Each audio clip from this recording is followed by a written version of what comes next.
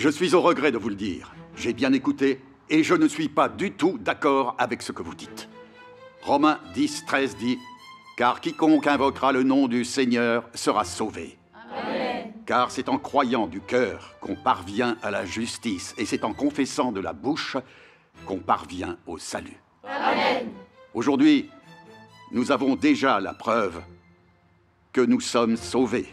Pourquoi donc aurions-nous besoin que Dieu revienne pour accomplir une nouvelle œuvre? Le Seigneur Jésus a dit « Celui qui croira et qui sera baptisé sera sauvé ». C'est la parole même du Seigneur. Amen. Nous devons simplement croire. Nous aurons déjà reçu le salut complet du Seigneur. Et nous recevrons l'héritage du royaume de Dieu. De quel droit osez-vous renier les mots qui sont écrits dans la Bible? Je pense la même chose. N'avons-nous pas déjà été sauvés par notre croyance dans le Seigneur? Pourquoi y aurait-il une nouvelle œuvre? Il nous suffit de nous fier à la promesse du Seigneur Jésus. Le salut du Seigneur est déjà complet. Dieu ne va sûrement pas revenir accomplir une nouvelle œuvre. Il n'y a aucun fait qui puisse vous amener à cette conclusion. Je suis d'accord. Rien ne vous permet d'en tirer cette conclusion. Frères et sœurs, vous avez entièrement raison. Il est vrai que nous sommes sauvés par notre foi. Mais à quoi se rapporte le salut dont le Seigneur Jésus a parlé? Dans quel contexte au juste ont eu lieu les événements conduisant à ces paroles? C'était à l'époque où le Seigneur Jésus nous a sauvés. Le Seigneur Jésus s'est lui-même offert en sacrifice pour nous libérer du péché. Frères et sœurs, je vous propose d'examiner le contexte dans lequel le Seigneur Jésus a parlé d'accorder le salut à l'humanité. Tout le monde sait qu'au cours de la dernière période de l'ère de la loi, les gens se sont mis à pécher de plus en plus souvent et ont perdu la flamme qui animait leur cœur de croyants assidus. Ils se sont mis à enfreindre les lois sacrées, sans même avoir peur d'être condamnés à mort pour avoir enfreint les lois. C'est donc à cause de ça, afin de sauver l'homme du danger de mort, Dieu s'est fait chair afin d'accomplir son œuvre rédemptrice et de racheter les péchés des hommes. À partir de ce moment, à condition que l'homme accepte le Seigneur Jésus comme son sauveur, tous ses péchés seront pardonnés. L'homme ne sera plus condamné et puni pour avoir enfreint la loi, et il pourra s'adresser à Dieu directement dans ses prières et profiter de sa grâce. Voilà ce que voulait dire être sauvé à l'ère de la grâce. Je vous propose d'écouter maintenant ce que dit Dieu Tout-Puissant sur le fait d'être sauvé et la notion de salut. Pasteur Cho. Pasteur Anne. Ouvrez page 477.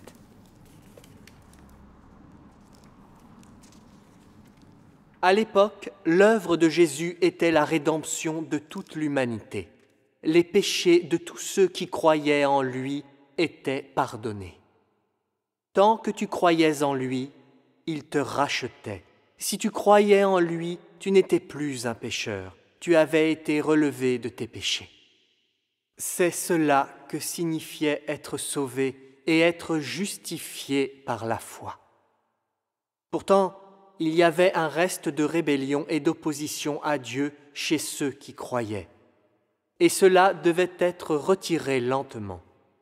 Le salut ne signifiait pas que l'homme avait été complètement acquis par Jésus, mais que l'homme n'appartenait plus au péché, que ses péchés avaient été pardonnés. À condition que tu crois, tu n'appartiendrais plus jamais au péché. Au travers des paroles de Dieu, nous pouvons comprendre que le Seigneur Jésus n'a accompli que l'œuvre rédemptrice quand il est venu à l'ère de la grâce.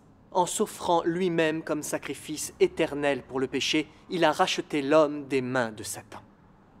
Si les gens croient en lui, leurs péchés seront pardonnés, et ils ne seront plus condamnés et punis par la loi pour avoir péché. Mais il ne faut pas oublier que la nature pécheresse de l'homme est profondément ancrée chez lui et que sa faiblesse face au péché reste inchangée. Nous continuons de pécher. Et cela, bien que nous ayons été pardonnés pour nos péchés. Et c'est pourquoi il faut que Dieu continue son œuvre de salut. Et c'est seulement de cette manière que la nature satanique de l'homme pourra être purifiée. Comment ça voudrait ça? dire que Dieu doit accomplir une nouvelle œuvre? Ce point de vue ne correspond pas à la Bible. Il y est écrit: « Il n'y a donc maintenant aucune condamnation pour ceux qui sont en Jésus-Christ. En effet, la loi de l'esprit de vie en Jésus-Christ m'a affranchi de la loi du péché et de la mort. Amen. Le Seigneur Jésus a été crucifié pour nous pardonner tous nos péchés. Nous entrerons donc au royaume des cieux en nous fiant au salut du Seigneur. Ceci est absolument indéniable. » Bien parlé. Dans l'Épître aux Hébreux, il est dit « Soutenant toutes choses par sa parole puissante, il a fait la purification des péchés et s'est assis à la droite de la majesté divine dans les lieux très hauts. » Amen. Vous ne trouvez pas ça clair? Le Seigneur Jésus nous a déjà pardonnés, ce qui veut dire qu'à l'heure actuelle, nous ne sommes plus des pécheurs à ses yeux. Nous faisons déjà partie des gens de Dieu. Je ne nie pas le fait que l'homme est incapable de vaincre le péché. Et bien que grâce à notre foi dans le Seigneur, nos péchés soient pardonnés, nous péchons encore et nous résistons à Dieu. Mais il n'empêche que le Seigneur Jésus nous a accordé son salut et que celui-ci est complet, fiable et réel. C'est très juste. Le Seigneur Jésus a pardonné l'ensemble de nos péchés. Est-ce que ce n'est pas ça, être acquis par Dieu? Le Seigneur Jésus a absous les péchés de l'humanité, y compris ceux à venir. C'est parce qu'il nous a déjà pardonnés que nous avons tous été sauvés. Frères et sœurs, le Seigneur Jésus nous a pardonné nos péchés. Là-dessus, vous avez totalement raison. Mais nous sommes bien placés pour savoir que ça ne veut pas dire que nous ne péchons plus ou que nous devenons saints. Il est vrai que le Seigneur Jésus a pardonné à l'homme ses péchés. Mais que sont les péchés? Eh bien, je suppose que vous allez nous le dire. Expliquez-nous donc ce que sont les péchés pour vous. Tout ce qui enfreint la loi et les commandements de Dieu est considéré comme péché. Parce que l'homme s'adonne au péché, il subit la condamnation et la punition de la loi. Le Seigneur Jésus s'est manifesté pour accomplir son œuvre rédemptrice et sauver toute l'humanité, afin que les péchés de l'homme soient pardonnés et qu'il ne subisse plus la punition de la loi. Mais la nature pécheresse de l'homme et son tempérament satanique existent toujours chez l'homme. Le Seigneur Jésus a pardonné les péchés de l'homme, mais pas notre nature pécheresse ni notre tempérament satanique. Et le Seigneur Jésus n'a jamais dit que ceux qui ont reçu son pardon pourraient entrer au royaume des cieux. En revanche, il a averti l'homme. Le royaume des cieux est forcé, et ce sont les violents qui s'en emparent. Ceux qui me disent « Seigneur, Seigneur » n'entreront pas tous dans le royaume des cieux. Mais celui-là seul qui fait la volonté de mon Père qui est dans les cieux. Il nous a clairement indiqué que c'est uniquement en se conformant à ses paroles et en pratiquant son chemin que l'on peut accéder au royaume des cieux. Il est dit dans les Saintes Écritures, « Car si nous péchons volontairement après avoir reçu la connaissance de la vérité, il ne reste plus de sacrifice pour les péchés. » Ces Écritures indiquent aussi très clairement que même si nous croyons au nom du Seigneur Jésus, mais que nous péchons ou ne mettons pas en pratique ces paroles, son offrande pour acheter nos péchés ne sera pas efficace pour nous et il nous sera impossible d'entrer dans le royaume de Dieu. Je ne suis pas d'accord. Dans l'Épître aux Romains, Paul a dit « Qui accusera les élus de Dieu? C'est Dieu qui justifie. Qui les condamnera? Christ est mort et il intercède pour nous. » Amen. La raison pour laquelle nous ne serons pas condamnés par la loi, c'est parce que nous croyons en Jésus-Christ. Nous pourrons ainsi entrer au royaume de Dieu. C'est écrit dans la Bible, vous n'allez pas le renier. C'est vrai. Le Seigneur lui-même ne tient plus compte de nos péchés. De quel droit vous nous accusez d'être coupables de péché? Pasteur Anne, sur la question de savoir si l'homme peut vraiment entrer au royaume des cieux, devons-nous vraiment nous fier aux paroles de l'homme ou vaut-il mieux se fier en priorité à la vérité exprimée par Dieu? Est-ce que ce sont les paroles de Paul ou celles du Seigneur Jésus qui font autorité et représentent le mieux la vérité selon vous? Qui est le gardien de l'entrée du royaume de Dieu? Puisque nous croyons tous en Dieu et recherchons la vérité et le chemin de la vie éternelle, nous devons nous baser sur la vérité exprimée par Dieu pour les obtenir, et ne pas prendre les paroles de l'homme comme fondement de notre vie. Si Dieu accepte dans son royaume un homme qui peut encore lui résister et le trahir, Comment pouvons-nous alors expliquer la sainteté de Dieu et sa justice? Oui, ce n'est pas faux. Nous savons que Dieu est saint et juste et que l'homme est de nature corrompue, et que le tempérament de Dieu ne peut être offensé en aucune manière. C'est pourquoi, conformément au tempérament de Dieu, bien que nos péchés aient été pardonnés par notre foi au Seigneur, nous ne pouvons néanmoins pas entrer dans le royaume de Dieu. C'est un fait indiscutable. Dans l'évangile de Jean, il est écrit que le Seigneur Jésus a dit « En vérité, je vous le dis, quiconque se livre au péché est esclave du péché. Or l'esclave ne demeure pas toujours dans la maison, le Fils y demeure toujours. » Les paroles du Seigneur Jésus ont été très claires. Tous ceux qui commettent des péchés ne méritent pas de demeurer dans le royaume de Dieu. Ce qui est confirmé par les paroles de Dieu Tout-Puissant qui nous dit « Ceux qui sont impurs ne sont pas autorisés à entrer dans le royaume. Ceux qui sont impurs ne sont pas autorisés à souiller la terre sainte. Bien que tu aies beaucoup travaillé et que tu aies travaillé pendant de nombreuses années, à la fin, si tu es toujours déplorablement dégoûtant, il est intolérable pour le ciel que tu veuilles entrer dans mon royaume. Depuis la création du monde jusqu'à ce jour, je n'ai jamais offert un accès facile à mon royaume, à ceux qui cherchent à gagner ma faveur. C'est une loi céleste et personne ne peut la transgresser. Comme nous le savons tous, Dieu œuvre pour sauver l'homme, c'est-à-dire dans l'objectif de former un groupe d'êtres humains sains et purs. Tous les hommes qui demeureront pécheurs et impurs ne verront pas s'ouvrir les portes du royaume de Dieu et ne méritent pas d'entrer dans le royaume de Dieu. Cela a été décidé par le tempérament juste de Dieu. Par conséquent, pour nous dont les péchés ont été pardonnés, il faut à présent que Dieu revienne pour réaliser l'étape suivante de son œuvre de purification et de salut.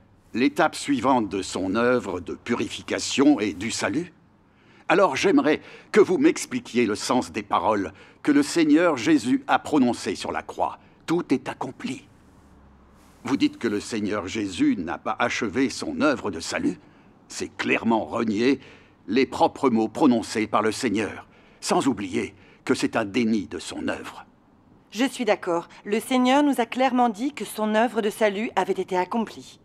C'est vrai, et étant donné que le Seigneur Jésus en personne l'a dit, comment pouvez-vous le nier? Pasteur Cho, à aucun moment nous ne remettons en cause les paroles du Seigneur. Seulement, au moment où le Seigneur Jésus a dit « Tout est accompli », il voulait dire que son œuvre de rédemption de l'ère de la grâce était achevée, ce qui ne veut pas dire que l'ensemble du plan de gestion de Dieu pour sauver l'humanité était terminé. Nous savons tous qu'en matière de retour du Seigneur dans les derniers jours, le Seigneur Jésus s'est exprimé en termes de paraboles. Il a raconté la parabole du semeur, la parabole du filet, la parabole des vierges sages, la parabole des méchants vignerons, et ainsi de suite. L'Apocalypse a également prophétisé que le Seigneur devait encore accomplir l'œuvre de moisson, de sélection et de jugement dans les derniers jours. Ce n'est pas faux. Non?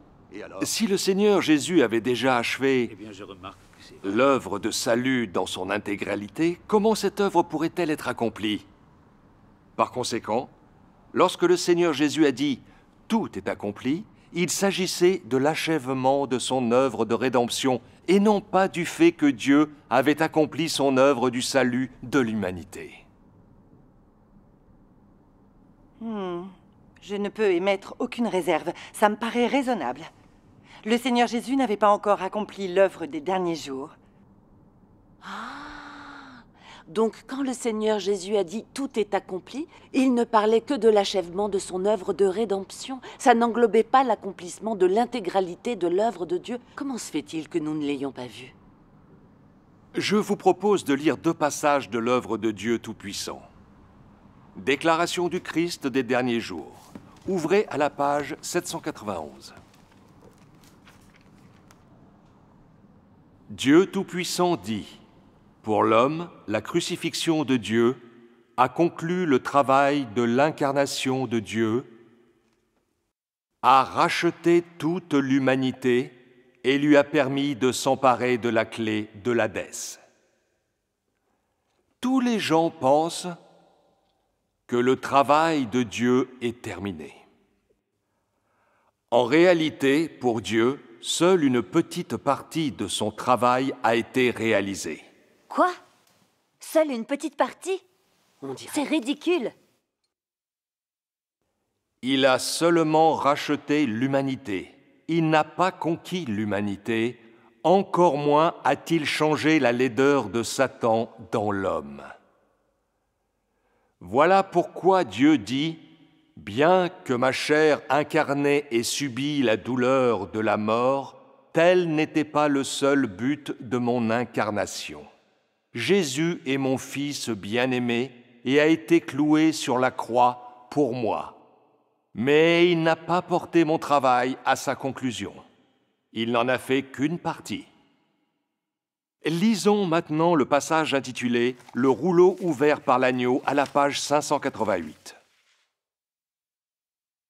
Même si l'homme est racheté et si ses péchés sont pardonnés, cela est considéré comme si Dieu avait oublié les transgressions de l'homme et n'avait pas traité l'homme en conformité avec les transgressions de l'homme.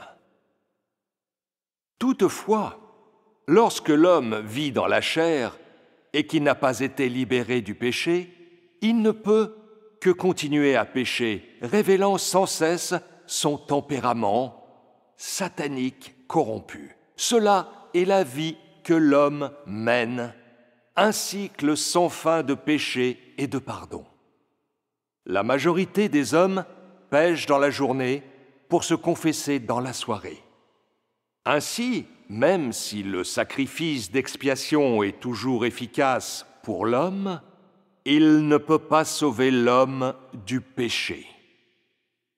Seulement la moitié de l'œuvre du salut a été achevée. Que la Il n'en moitié. aurait fait que la moitié. Comment c'est possible? Car l'homme a encore un tempérament corrompu. Ça suffit! Comment vous permettez-vous de renier l'œuvre du Seigneur? Pasteur Anne, laissons finir la lecture des paroles de Dieu et après nous discuterons. Il a raison, pasteur Anne. Essayez de vous calmer et allons jusqu'au bout de la lecture. Arrêtez, pasteur Anne. J'aimerais en savoir davantage. Vous dites que le Seigneur n'a accompli que la moitié de l'œuvre de salut?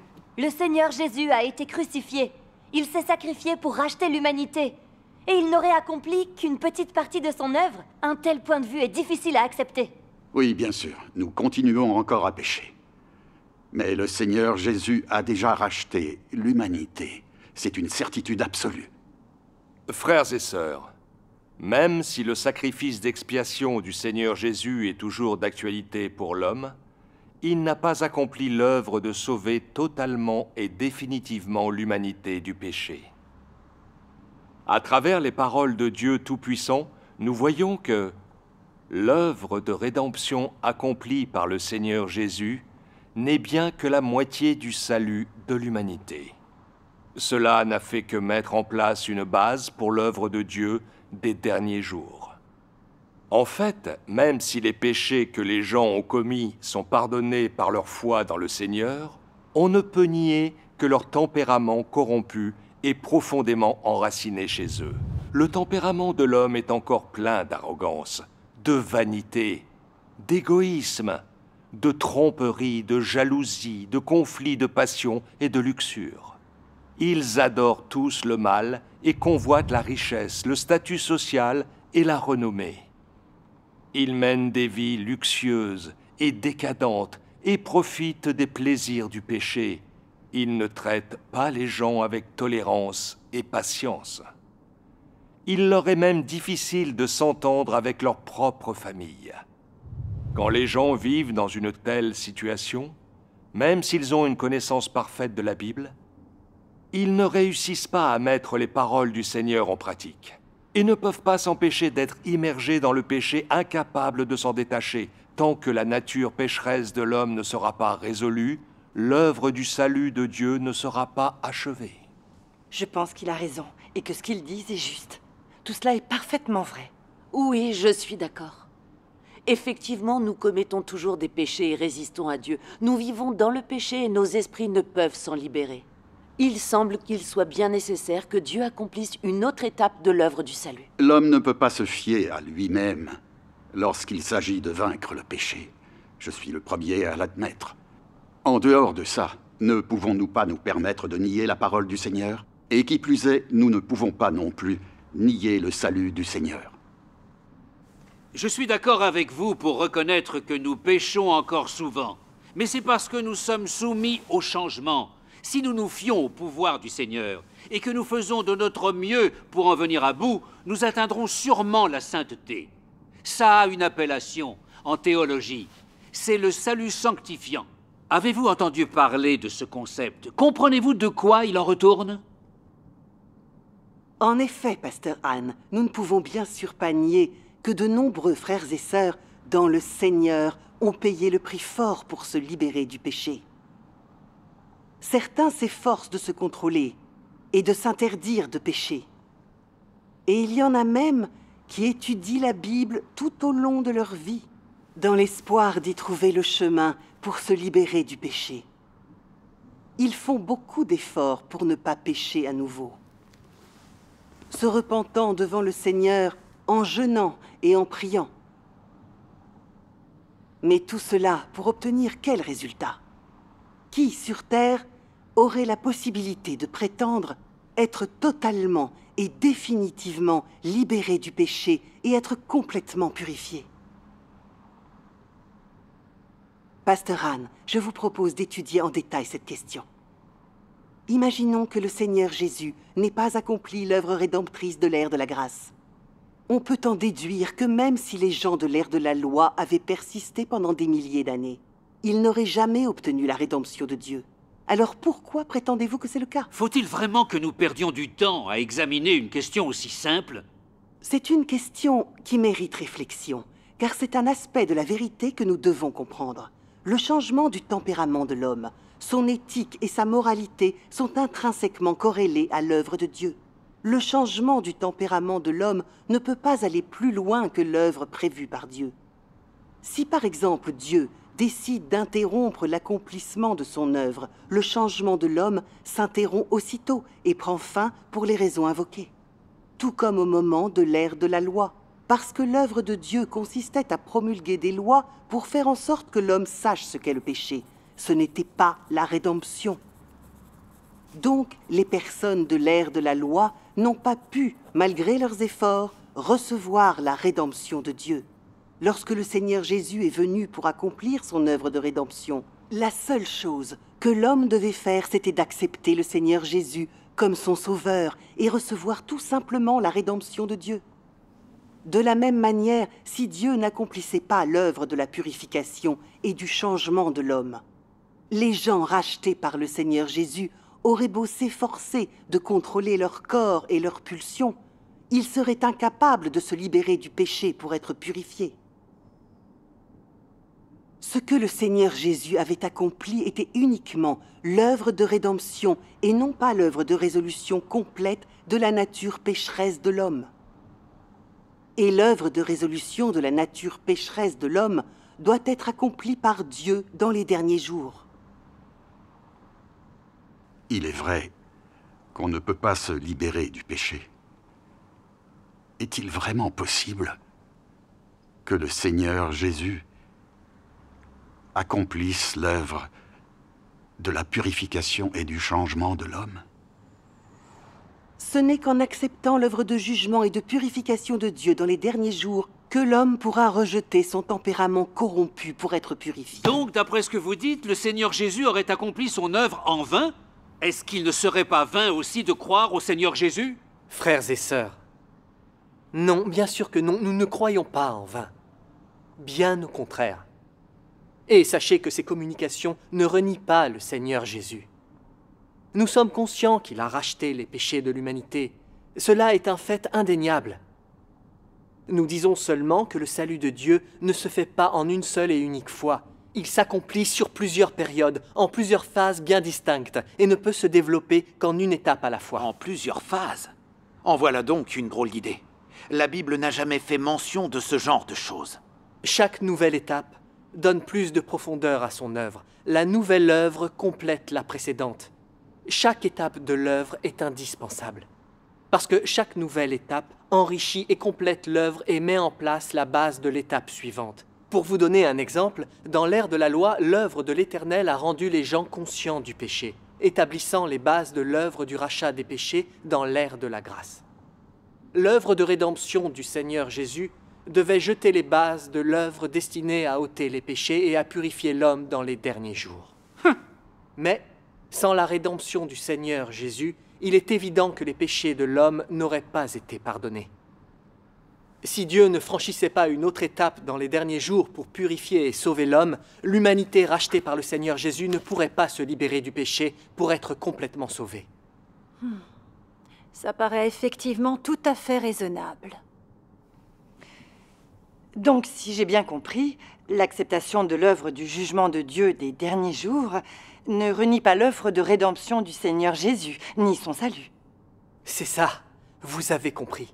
C'est juste que nous avons suivi les pas de l'agneau et accepté la nouvelle étape du salut de Dieu. Ce n'est qu'en acceptant le jugement et la purification de Dieu des derniers jours que nous pouvons nous libérer du péché et être vraiment sauvés. Reprenez le passage « Le rouleau ouvert par l'agneau », qui est à la page 583.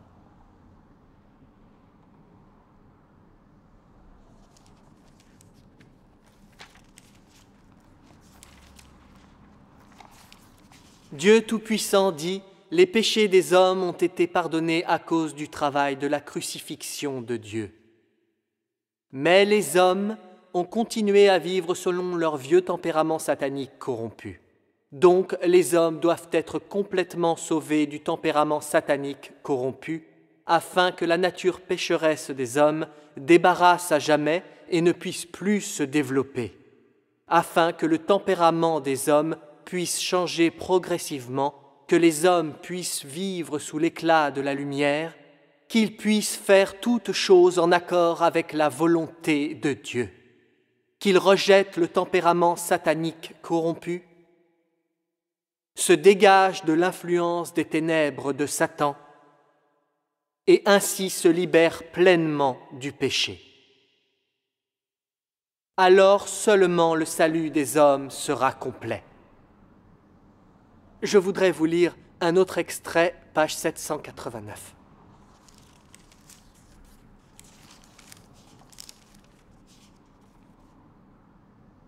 Un pécheur comme toi, toi qui viens d'être racheté, qui n'a pas été transformé ou perfectionné par Dieu, peux-tu être selon le cœur de Dieu? Quant à toi, toi qui reflètes encore le vieil homme, il est vrai que tu as été sauvé par Jésus, et que tu n'es pas compté comme un pécheur à cause du salut de Dieu. Mais cela ne prouve pas que tu ne sois pas un pécheur et ne sois pas impur. Comment peux-tu être saint si tu n'as pas été transformé? À l'intérieur, tu es assailli par l'impureté, l'égoïsme et la bassesse. Mais tu souhaites toujours descendre avec Jésus. La chance te sourirait à ce point? Tu as raté une étape dans ta foi en Dieu. Tu as simplement été racheté, mais n'as pas été transformé. Pour que tu sois selon le cœur de Dieu, Dieu doit personnellement te transformer et te purifier. Si tu es seulement racheté, tu seras incapable d'atteindre la sainteté. De cette façon, tu ne seras pas qualifié pour partager les bénédictions de Dieu, car tu as raté une étape de l'œuvre de la gestion de l'homme par Dieu, qui est l'étape clé de la transformation et du perfectionnement. Et donc toi, un pécheur qui vient d'être racheté, tu es incapable de recevoir directement l'héritage de Dieu. Vous constaterez que les paroles de Dieu Tout-Puissant sont extrêmement claires. Il est vrai que nous avons été rachetés, mais nous n'avons pas encore reçu le salut complet et nous ne pouvons pas entrer au royaume de Dieu. Il faut accepter l'œuvre du jugement de Dieu dans les derniers jours, afin de pouvoir résoudre notre tempérament corrompu et d'être délivrés une fois pour toutes de nos péchés. de sorte que nous puissions atteindre pleinement le salut et recevoir l'héritage de Dieu.